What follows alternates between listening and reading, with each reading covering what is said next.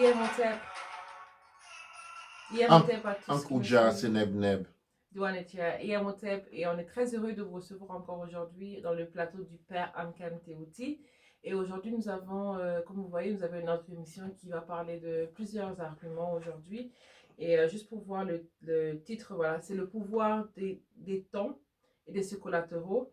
On a les prophéties, prémonitions, predictive programming et l'effet Mandela et cancer. Donc, on va parler de plusieurs sujets qui vont de comment est-ce qu'on peut se situer dans le temps, mais aussi quels sont les collatéraux du temps. Et vous allez vous poser la question, mais pourquoi on est en train d'attraper ce sujet aujourd'hui? Mais cela sera la base de notre discussion aujourd'hui.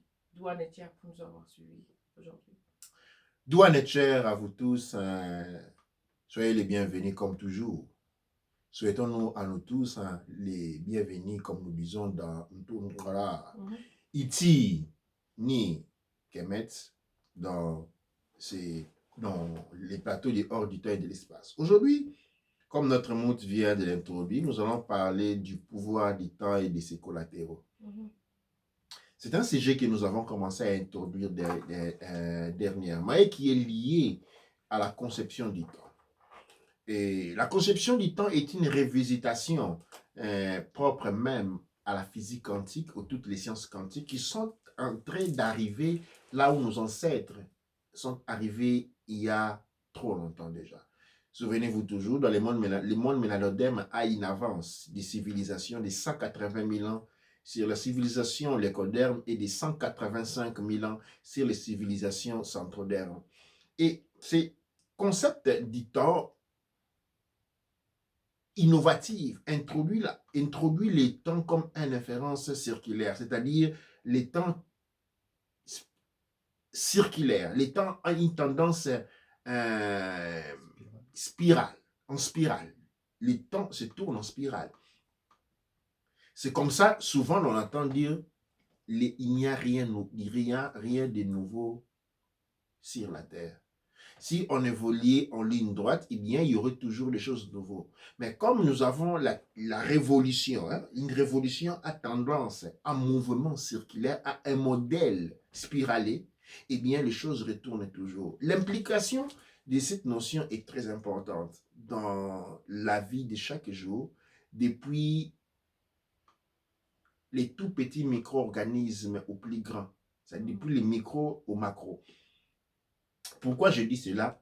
Cela est important dans le monde qui est en train de devenir. Nous sommes en train de rentrer dans un nouveau monde. Qu'est-ce que cela signifie, rentrer dans un nouveau monde? Rentrer dans un nouveau monde signifie arriver à un état de conscience avancé par rapport à ce qu'on avait hier. Notre monde est caractérisé par notre niveau de conscience. Les choses que l'on vit sont caractérisées par notre niveau de conscience. Et aujourd'hui, dans le monde couche Kamit Congo, eh bien, nous sommes en train de rentrer, nous sommes en train d'atteindre un niveau de conscience élevé, et cela signifie que nous entrons dans un nouveau monde, caractéristiquement. Et un des éléments dans compréhension de ce nouveau monde est le fonctionnement des temps. Le temps est un pouvoir, et ce pouvoir nous a été arraché. Nous avons évolué hors du pouvoir du temps. Le temps est quelque chose que nous n'avons pas pu évoluer. Et quand nous n'avons pas pu utiliser l'arme comme le temps, c'est comme ça on dit en Afrique, on tue le temps. On tue le temps parce qu'on ne sait pas être synchronisé avec ce temps. Le temps, ce n'est pas une chronologie à travers laquelle on compte les passages des secondes et des minutes. Le temps est la mesure de l'évolution, non de lui-même et de la conscience. Parce que la vie telle que nous la connaissons sont différentes manifestations de la conscience. Et donc la conscience mesure son évolution, map son évolution, crée un catalogue son évolution, crée un inventaire évolutif à travers l'instrument, le pouvoir que nous appelons le temps. C'est en répondant à cet élément-là que nous allons plus tard parler du calendrier. Pourquoi la nécessité d'un calendrier? Eh bien, j'étais en train de lire un post sur Facebook, je pense, où l'on disait que les Juifs ont leur calendrier. Les Romains avaient les leurs, les Perses avaient les leurs, et les Grecs avaient les leurs. Mais nos ancêtres, les Perses, avaient leur calendrier. Nos ancêtres, les Cimériens, avaient leur calendrier. Nos ancêtres, Les Nibiens avaient leur calendrier. Nos ancêtres circamètres avaient leur calendrier. Nos ancêtres, les Sabéens, avaient leur calendrier. Toute civilisation s'est fait remarquer par un calendrier. Parce que quand on n'a pas un calendrier, eh bien, on est éteint. On est en pause. Et quand nous regardons le monde couche Kamit Congo, nous allons remarquer que depuis les chutes des derniers empires, nous n'avons plus de calendrier. Nous avons été absorbés par le calendrier, la série des calendriers du monde occidental. Ce qui nous a mis dans une situation de faiblesse permanente. Et aujourd'hui, comme j'ai dit, nous sommes en train de rentrer dans un nouveau monde. Et comme premier élément que nous devons faire, eh bien, c'est nous créer une ligne de temps. Ces lignes de temps avaient été déjà créées dès la naissance. Elle est partie particulièrement avec la naissance de Marcus Garvey, de Mosia Marcus Garvey et de Mfumu Kimbangu, qui a saigné l'année zéro d'un ère nouveau. L'ère c'était l'ère du réveil. En réalité, ce n'était pas vraiment l'ère du réveil. C'était une ère de préparation qui devait prendre fin à l'année 133. Dans l'année 133, on devait rentrer dans l'ère de l'apogée. C'est-à-dire on aurait dû travailler dans un sentier de libération depuis l'année zéro jusqu'à maintenant. Nous sommes en train de nous approcher aux premières Amon-Ra. C'est-à-dire nous aurions fini toute la préparation et maintenant nous sommes rentrés dans un nouveau monde. Mais maintenant, nous avons... Ouais. Avant de continuer, j'aimerais d'abord prendre des commentaires et dire à tout le monde que, comme vous voyez, j'ai toutes les informations ici devant moi. Donc, si vous avez des questions, je pourrai les répondre live. Et je voulais dire au TEP à tous ceux qui nous suivent. On a Moriba qui dit au TEP à la famille. Il y a Daniel Bettel qui dit Good evening, live from Libya. Douane Tcher. Il y a Chaoman qui dit Aïe Libano, vorrei sapere che sta a dire. Et voilà, donc il y a Sabrina qui dit Douane Tcher. Douane Tcher, et merci beaucoup pour vos commentaires. Donc maintenant, pour passer, je pense que ça entre vraiment dans la prophétie. Et ça entre avec l'explication par rapport à la prophétie, parce que beaucoup de personnes, des fois, se trouvent un peu perdues. Parce que je sais que comme tu expliques, et on a parlé de ça dans beaucoup d'autres thèmes, mais aujourd'hui, c'est vraiment d'expliquer comment est-ce qu'une prophétie naît et comment est-ce que cette prophétie arrive. Mais est-ce qu'aussi un peuple peut louper une prophétie? Absolument. La prophétie, aujourd'hui, nous avons beaucoup de gens qui se font appeler prophètes. Ouais. Nous avons des prophètes partout. Mais pour autant, on ne comprend pas la prophétie. Ceux qui se disent prophètes, c'est ceux qui se disent avoir obtenu un message de Dieu. Alors, quand on a obtenu un message de Dieu, c'est une communication. Ce n'est pas une prophétie. Okay? C'est-à-dire, on a été communiqué. C'est comme l'on dit, écoute, demain nous allons manger les haricots. Ce n'est pas une prophétie, c'est une communication. Okay? Nous avons ceux qui disent recevoir des messages de Dieu, eh bien, sont dans les communications. C'est quoi une prophétie? Une prophétie, c'est quelque chose qui a à voir avec le temps. Les prophéties, c'est la capacité à déchiffrer les signes du temps. Okay? C'est-à-dire, c'est quoi une prophétie? C'est une prophétie, savoir que dans cette période ici, telles choses se sont passées. Ok? Faisant cette calcul-là, on va se dire, ok, comme le temps est circulaire et un prophète, c'est quelqu'un qui maîtrise la mathématique. Ok? Et en étudiant les cadrans mathématiques et des références, il doit maîtriser beaucoup. Un grand prophète doit maîtriser très bien la géométrie. Parce que nous sommes en train, nous avons affaire avec les translations géométriques. Alors, il va faire un calcul, on ne va pas lui dire ça dans un rêve. Il va faire un calcul pour réaliser que okay, tels événements se sont produits à telle période. Et il y a une loi de la nature qui dit, quand une chose se produit 2 fois, elle va se produire une 3e fois. En créant une map des événements, en prenant la considération la spirale, il va créer une translation et de cette translation-là, il va tracer ce qu'on appelle une prédiction. Une diction. Ok, non? Parce qu'une prophétie est une prédiction. Une diction. Dicter. On te demande d'écrire. Dicter, on te dicte. C'est qu'il faut écrire. Alors, la prédiction, c'est-à-dire une spirale de temps, une prédiction, c'est-à-dire écrire une chose avant que l'on soit arrivé sur cette spirale de temps. C'est qui un prophète? Un prophète, ce n'est pas quelqu'un qui prie du matin au soir. Un prophète, c'est quelqu'un qui... Non, c'est pas le papa prophète, en fait. Non, un prophète, c'est un astrologue. Mhm. Quelqu'un qui étudie les étoiles. Mhm. Savez-vous, par exemple, quand vous sortez de votre maison, vous regardez les étoiles dans le ciel, ils ne sont pas là. Ils étaient là. Vous êtes en train d'observer les passés. Nos ancêtres avaient réalisé que la vie de l'homme sur Terre était conditionnée par le positionnement des astres. Les astres sont en relation avec la procession du temps. Donc, le pouvoir du temps est quelque chose qui est contenu dans le mouvement des astres. Et donc, il était devenu essentiel connaître, étudier les astres.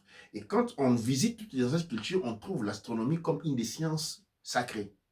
Alors, les prophéties naissent de la connaissance mathématique et géométrique des positionnements des astres.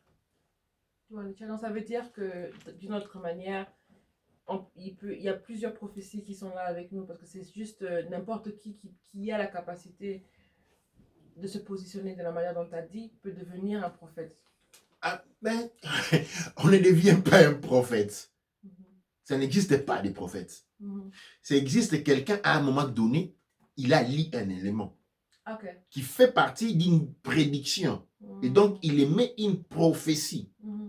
Parce que souvent, quand on écoute les prédictions, ça ne prédit pas, par exemple, toute une année. Mais ça va prédire un point ou un événement dans toute une année. Bien précis. Donc, c'est un peu une personne qui prédit quelque chose, mais il n'est pas en mesure de te dire justement tous les petits détails de toute l'année ou de tout le mouvement ou de tout l'événement. Absolument pas, parce que rentrons un peu dans la thèse, parce que là on était sur un peu le niveau scientifique. Alors, pour comprendre les prophéties, je disais au début, il faut comprendre les temps. Okay? Maintenant, dans les temps, il y a des éléments qui est à distinguer. La première est la singularité. C'est quoi la singularité? La singularité est la caractéristique du temps pour lequel il y a effondrement de barrières. Il n'y a pas un passé, il n'y a pas un passé, il n'y a pas un futur. Okay? Notre âme vit dans ce qu'on appelle la singularité. Le corps physique ne vit pas dans la singularité, mais vit dans un état démembré du temps où nous avons la perception du présent, du futur et du passé. Okay? Maintenant, quand on rentre dans la singularité, c'est quoi? C'est quand vous êtes dans un rêve. Dans un rêve, vous avez une notion des espaces, mais vous n'avez aucune notion du temps. Parce que les rêves se passent dans la singularité. Et quand vous vous réveillez des rêves, vous vous rappelez certains détails. Et même quand vous pensez, vous vous souvenez très bien, vous allez vous rendre compte qu'il y a certains détails des rêves qui vous échappent. Et c'est ça la prophétie. C'est ça la caractéristique de la prophétie. Dans la prophétie, maintenant, j'ai donné plusieurs. Nous avons des éléments de prophétie.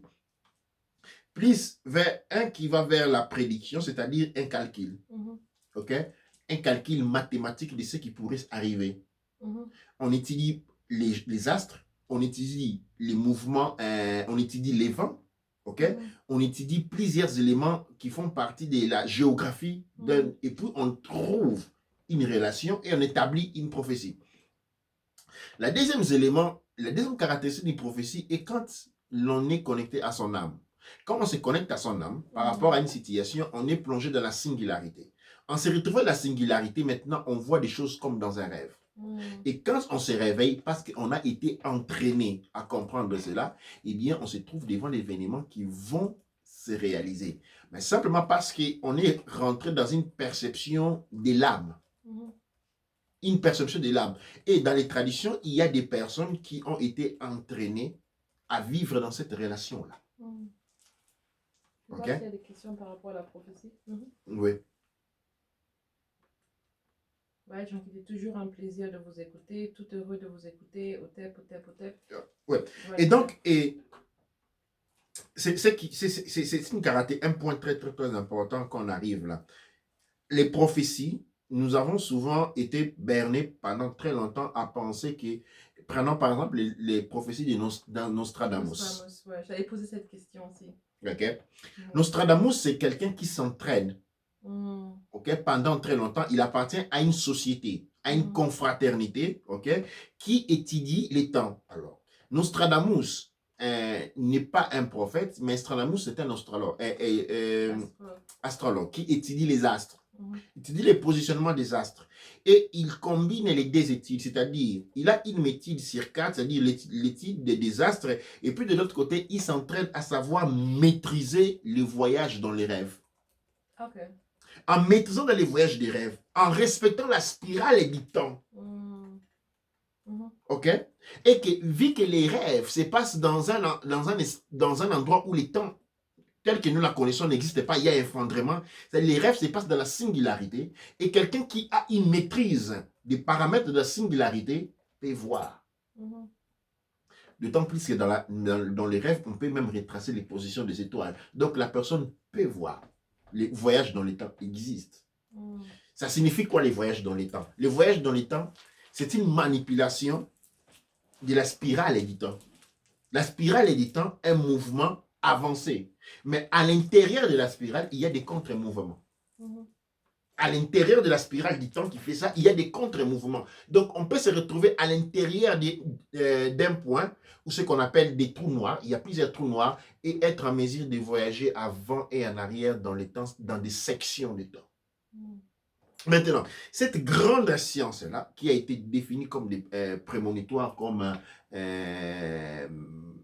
prophétienne, aujourd'hui, avec la science, on découvre que, en fait, c'est une caractéristique de la conscience de pouvoir voyager avant et en arrière.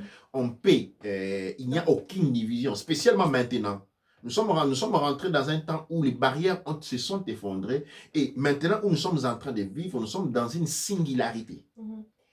Et la question que j'allais poser, c'est qu'avec Nostradamus, donc on sait le placer, et par rapport aux oracles, les gens qui savent voir le futur ou les personnes à qui on peut aller visiter, qui peuvent lire les énergies par rapport à vous on demand, donc ça veut dire directement. Donc je donne un exemple, vous allez voir une personne et la personne sait vous dire, c'est lire les énergies qui vous concernent. Ah, là, on a affaire à ce qu'on appelle des oracles, comme couramment on appelle des oracles. Les oracles, c'est un oracle. Un oracle n'est pas un être humain dans la manière dont on atteint un être humain. Un oracle, un être humain, c'est une personne qui passe sa vie dans la sphère physique. Sa sphère énergétique et son activité énergétique, parlant d'activité, on passe toute la vie dans la sphère physique. Toute l'énergie de la conscience, toute l'énergie de l'âme est concentrée et consommée dans la sphère physique. C'est un être humain. Mais attention, parmi les êtres qu'on appelle humains, ce n'est pas toujours des êtres humains, on a des êtres pensés. Ceux qui pensent toute leur vie à penser du matin au soir. Ça, ce sont des êtres pensés, ce ne sont plus des êtres humains. Ils n'ont pas une vie humaine, ils ont une vie en tant que pensée. Ok? Maintenant, quand on lève les êtres pensés, il nous reste une catégorie des êtres humains. Oui, maintenant, avec la technologie, avec les jeux électroniques, on veut mettre tout le monde comme des êtres pensés. Il est facile de les contrôler de cette manière. Nous avons les êtres pensés, nous avons les êtres humains. C'est qui un oracle? Un oracle, c'est quelqu'un qui passe... Donc, c'est une personne dont toute l'énergie de la conscience est concentrée dans le monde énergétique. C'est une personne qui vit dans le monde énergétique et il n'est que partiellement dans le monde physique. C'est une personne, justement, qui, vivant dans cette sphère-là, dès que tu te présentes à lui, lui ne te perçoit pas comme un être humain. Lui te perçoit comme un être énergétique et donc est en mesure donc de voir en toi ce qu'il y a de vrai, parce que la réalité est fausse. C'est-à-dire, la réalité est vraie, mais pas vraie de la manière dont nous la concevons. La réalité est limitée à des choses bien précises, parce que la réalité découle de l'invisible. Et donc, les mêmes rapports, c'est le même rapport qu'un oracle avec le monde. Il voit le monde, lui, il ne voit pas les arbres, il ne voit pas tout ça. Il voit les énergies qui sont en train de danser entre elles pour créer le monde. Les énergies dansent. Nzanzi, la vibre, c'est-à-dire ils dansent. La vibration, c'est une danse. Et lui, quand il voit les énergies qui sont en train de danser. Et par rapport à ça, il peut isoler une énergie et voir sa signature énergétique. Et cet acte-là, de voir les signatures énergétiques, des choses, des événements, tout comme des personnes, c'est ce qu'on appelle l'activité de l'oracle. Okay. Et maintenant, il y a un élément qui me vient en tête souvent quand on parle des... je pense que dernièrement, avec l'histoire du coronavirus, on est en... On sait qu'il existe un livre qui a prédit Une prédiction. une prédiction. Alors, il y a eu des réponses contraires qu'on dit non, ce n'est pas une prédiction, c'est une coïncidence. OK? Et je vais maintenant rentrer de là parce que rentrer dans cette section-là. Parce que les mots ont valeur énergétique. Et comme je dis, quand on observe les mots, on voit comment elles dansent énergétiquement entre elles. Quand on dit une coïncidence, cela ne veut pas dire que c'est un mensonge. Une coïncidence, co signifie dualité. Dualité, ouais. Incidence signifie quelque chose qui est en train d'arriver. Une coïncidence, ça signifie des événements reliés ou des choses reliées. Comme quand on dit coopératif, il y a co et puis il y a opération. C'est opération de la mutualité. Tu vois, quand on dit coexistence, il existence en deux. Quand on dit coïncidence, ça dit on a affaire avec des événements qui sont reliés. Mais quand tu parles de l'oracle qui voit les informations reliées, et c'est comme ça qu'un oracle peut voir ce genre d'événements, parce que lui, il est en mesure de voir, de se focaliser sur un point des événements qui sont reliés. Oui, dans le monde énergétique, tout est coïncidence. Tout est coïncidence dans le monde énergétique. Pourquoi? Parce que on est tous reliés. Les battements de l'aile des libellules faites au Japon vont provoquer un tremblement de terre au Kenya. Tout est relié. Et même quand on dit un hasard, l'hasard n'existe pas. Il n'y a que des coïncidences. Quand on dit une coïncidence, c'est la réalité la plus énergétique. Ah, c'est une coïncidence. Justement, nous nous sommes rencontrés par, quand on dit nous nous sommes rencontrés par coïncidence, qu'est-ce qu'on veut dire quand on dit nous nous sommes rencontrés par coïncidence? Ça signifie que nous nous sommes attirés l'un et l'autre. Maintenant, les facteurs de cette coïncidence-là se trouvent dans le pouvoir du temps. Qui connaît le pouvoir du temps c'est créer les coïncidences. Qui a sa propre ligne de temps, crée des coïncidences qui n'en a pas, ne peut rien faire et donc il est dans les hasards. Le hasard est une caractéristique de manque de puissance, manque de connaissance sur l'élément temps. Le monde que nous connaissons généralement, nous avons 3 dimensions que nous pouvons définir du point de vue géométrique. On dit on a la hauteur, la longueur, la largeur et la hauteur. On peut les définir du point de vue de la thermodynamique ou de l'étude spirituelle. On peut parler de l'âme, de l'esprit et du mental. Et puis, à un moment donné, on vous dit il y a une 4e dimension qui s'ajoute, c'est le temps. Et les gens sont confondus. Notre existence est composée de 144 dimensions. Imaginez. 144 dimensions qui s'entrecroisent entre eux pour créer des myriades et des myriades de mondes et des univers. Telle est la complexité vers laquelle notre monde est en train d'avancer. Telle est la complexité vers laquelle nous sommes en train d'avancer. Et rentrant toujours dans ce discours-là, il y a aussi ce qu'on appelle l'effet Mandela. Je ne sais pas si tu peux dire quelques mots dessus. Ouais, je pense que l'effet Mandela, c'est vraiment très particulier parce que beaucoup de gens vont se demander pourquoi ça s'appelle l'effet Mandela. C'est un des noms qu'on utilise pour ce phénomène. L'effet Mandela, c'est par rapport au fait que Mandela, quand il a été arrêté au XXe siècle, quand il a été arrêté au XXe siècle, mis en prison, beaucoup de personnes peuvent jurer et se rappeler que Mandela était arrêté et comme Lumumba, quelques jours après, il était tué, mort et c'était fini comme ça. Maintenant, qu'est-ce qui se passe? Pourquoi ça s'appelle l'effet Mandela? C'est parce que sur la même ligne de temps, la ligne de temps où nous nous trouvons, il y a certaines personnes, un groupe de personnes qui peuvent avoir des mémoires partagées d'une autre ligne de temps.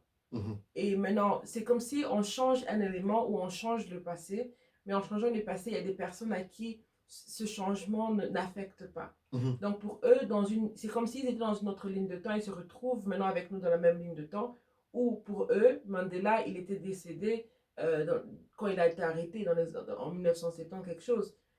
Par contre, pour beaucoup de personnes, nous, on a vu la mort de Mandela au 21e siècle.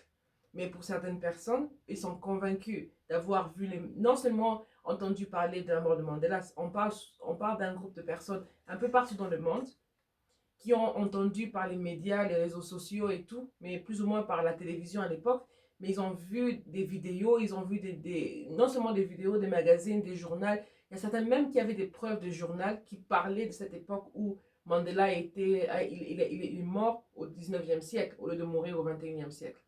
Alors ça c'est juste un exemple. Un autre exemple c'est 9/11. Donc 9/11 c'est Le 11 septembre. le 11 septembre. Le 11 septembre 2001 en Amérique. Certaines personnes, pour eux, ils sont convaincus que ce n'était pas le 11 septembre, c'était le 10 septembre. 10 septembre. Pourquoi? Parce que... Avec des preuves. Avec des preuves. Des preuves comme le 10 septembre a été annoncé le jour que ma fille telle est née et voilà sa date de naissance. Et l'hôpital, tout le monde se rappelle que oui, effectivement, quand cette personne est née, on a entendu parler qu'il y avait le building, il y avait tout cet affolement. Et d'autres personnes même se rappellent d'avoir des embouteillages, des choses pareilles. Par contre, le monde entier sait que c'était le 11, monde entier entre guillemets, c'est que c'était le 11 septembre 2001. Donc, ça veut dire qu'il y a des effets où les mémoires ne sont pas partagées de la manière dont nous pensons. Quand il y a un effet qui change le passé, quand il y a quelque chose qui change le passé, ça se fait que les personnes, maintenant, ils vont se rappeler, certaines personnes vont vivre ces séquelles et vont se rappeler de notre ligne de temps complètement. Parce que c'est un peu pour dire que même avec les virus, on voit aujourd'hui que ce n'est pas toutes les personnes on peut manipuler comme ça et dérégler. Donc, quand on fait un changement d'une ligne de temps, on essaie d'emmener dans une autre ligne de temps, il reste des séquelles. Il y a des personnes qui se rappellent d'une autre ligne de temps complètement irréliée avec ce qu'on a. Pourquoi l'effet Mandela est intéressant? C'est parce que quand on prend le livre de Dean Koontz qui parlait du 1-400, donc le coronavirus qu'on a aujourd'hui, qu'est-ce qu'on retrouve? C'est qu'on est en face avec une prédiction. Mais c'est une prédiction sélective. Parce que Dean Koontz est un Américain qui a raconté une histoire selon le point de vue américain.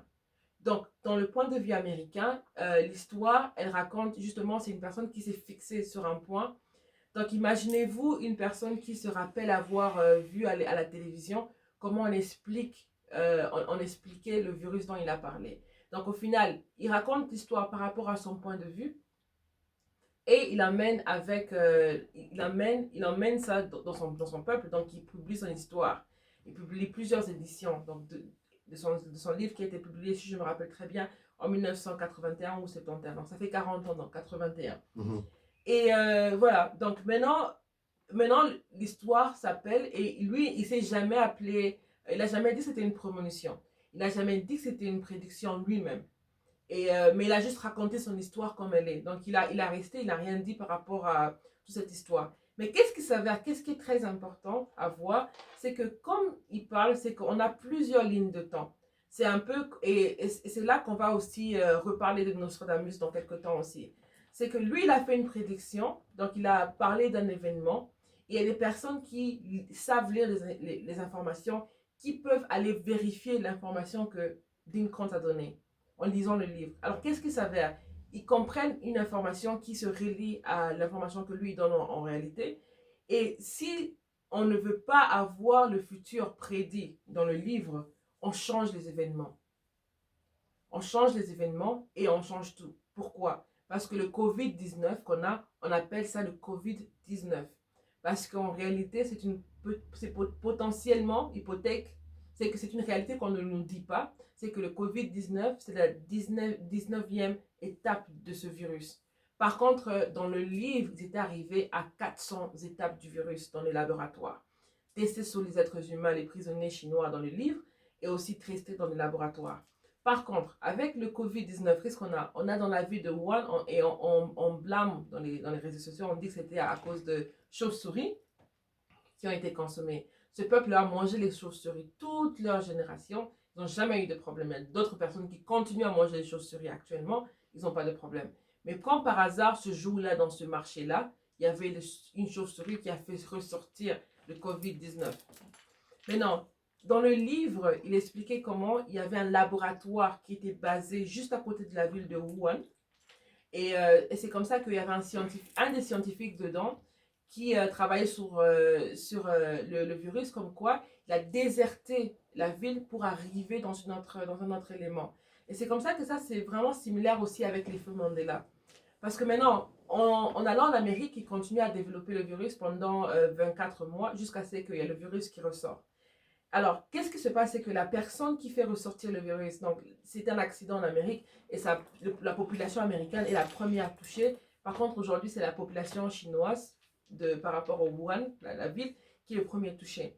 Maintenant, dans la réalité, en fait, dans le livre, ils disent que c'était à cause des scientifiques qui voulaient vraiment créer des armes biologiques pour tuer les gens.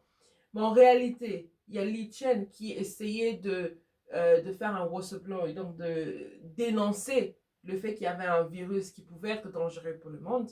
Et il a essayé de parler sur le virus et on n'a pas écouté parce que personne n'a écouté, c'était comme un fou.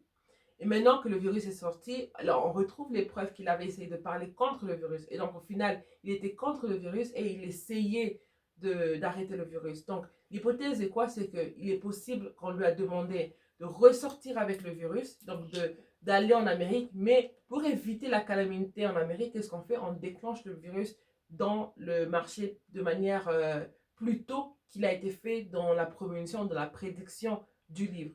Donc au final, on se retrouve avec une ligne de temps qui diverge. Mais dans le livre, il parle du moment où, il parle de certains moments, certaines étapes, mais en lisant les étapes, on peut bien retracer et bien voir où est-ce que la divergence a eu lieu. Pourquoi? Parce que c'est une histoire qui a été avérée. Pourquoi c'est important à comprendre? C'est que certaines fois, beaucoup de personnes vont se rappeler qu'il y a des prédictions qui sont faites exactement comme ils sont faits, comme ils sont prédits. Donc, je donne l'exemple de ceux qui ont vu, malheureusement avec la mort de Kobe Bryant, on a montré comment il y avait dans un épisode de Simpsons, euh, avait montré lui qui mourait dans un accident d'avion. Visuellement, comme on a vu ça aujourd'hui. Et alors, la question c'est que... Dans un hélicoptère. Dans un hélicoptère. Et c'est la même chose qui s'est passé dans un hélicoptère. Mais non, la question que beaucoup de personnes vont se poser, c'est que, est-ce que ça, c'est une prédiction? Non. Nous avons dans ces éléments-là ce qu'on appelle des programmations. Des programmations qui sont liées au culte franc-maçonnique, au culte, disons, qui sont liées au monde de l'ésotérisme. Dans ce monde-là, il y a une démarche à faire, il y a des choses à faire et c'est comme dans le cas de Bryant, avec tout le respect à la famille de Bryant et à tout comme à beaucoup d'autres événements, nous avons ce qu'on appelle des choses programmées. Nous l'avons aussi vu avec la mort de Whitney Houston. Okay? C'est ça, ce sont des choses qui sont programmées. Je ne parlerai pas d'assassinat programmé parce que nous entendons assassinat quelque chose qui a été un meurtre physique. Mais ici, nous avons affaire avec des événements qui ont été programmés. Parce que le cerveau humain peut être programmé. Et vous savez une chose, il existe une loi au niveau de l'univers qui veut que pour qu'une chose se réalise, comment notre monde existe? Notre monde existe parce que nous sommes convaincus que ce monde est réel. Dès l'école, on nous a appris que ce monde ici est réel. Ce que nous avons dans la tête, ce sont des fantasies qui ne sont pas réelles. C'est la différence avec l'oracle. L'oracle n'a pas été entraîné de cette manière-là. Pour l'oracle, ce monde est aussi vrai que les autres mondes. Et par contre, pour l'être humain, qu'est-ce qui se passe? Notre programmation, parce que pour être sur le plan physique, prisonnier sur le plan physique, il faut avoir été programmé à exister seulement dans une seule réalité. Maintenant, ce qui fait que toutes nos énergies sont convergées sur les plans physiques. Et toutes ces énergies-là créent maintenant une barrière. Nous devenons chacun d'entre nous les bourreaux de l'autre. Parce que mon énergie va t'éviter de sortir de cette réalité-là. Parce que cette énergie-là devient un mur. Parce que dès que tu fais quelque chose d'étrange, tout le monde va venir, va te dire que non, qu'est-ce que tu fais? Tu fais des choses qui ne sont pas réelles. Il y a un mur. C'est comme ça que le monde est rendu rigide. Il est rendu solide parce que l'énergie de toutes les personnes converge en un seul point et force cette réalité-là à exister. Et c'est cette même réalité-là qui devient une prison pour nous. Maintenant, comment, c'est dans cet ordre de choses-là qu'on a ce qu'on appelle des meurtres programmés. Alors, on doit les mettre dans votre tête. Et votre œil conscient, on les met dans votre tête en tant que message subliminal. Et votre inconscient va travailler dessus. Et ce phénomène-là va s'avérer. C'est comme avec les 11 septembre. Après les 11 septembre, on a vu que, par exemple, beaucoup, c'était bien publicisé partout. On avait vu ça partout.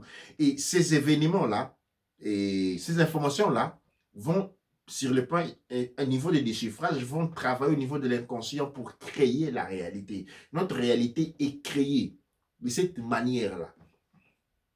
Spécialement maintenant, où nous sommes dans une singularité, il n'y a aucun lien entre le présent, le futur et le passé.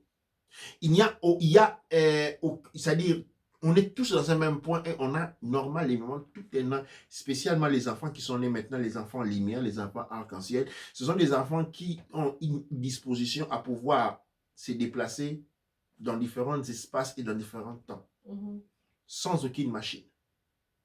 Et même déjà, les enfants indigos ont cette capacité-là aussi.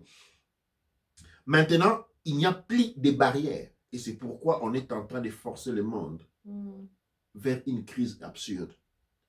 On veut forcer le monde vers une crise. On veut forcer le monde dans la souffrance, dans la peur.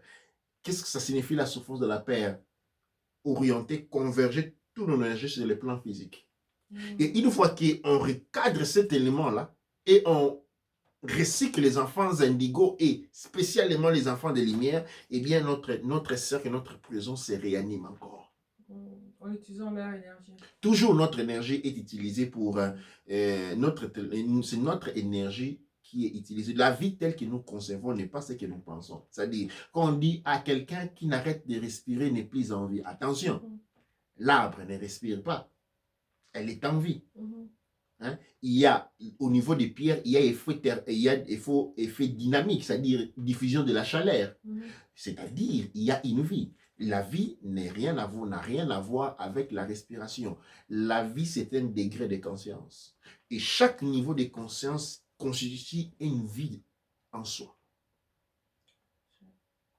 Je ne sais pas si c'est clair. C'est-à-dire, nous sommes en vie parce que nous sommes conscients. Et il existe plusieurs niveaux de vie.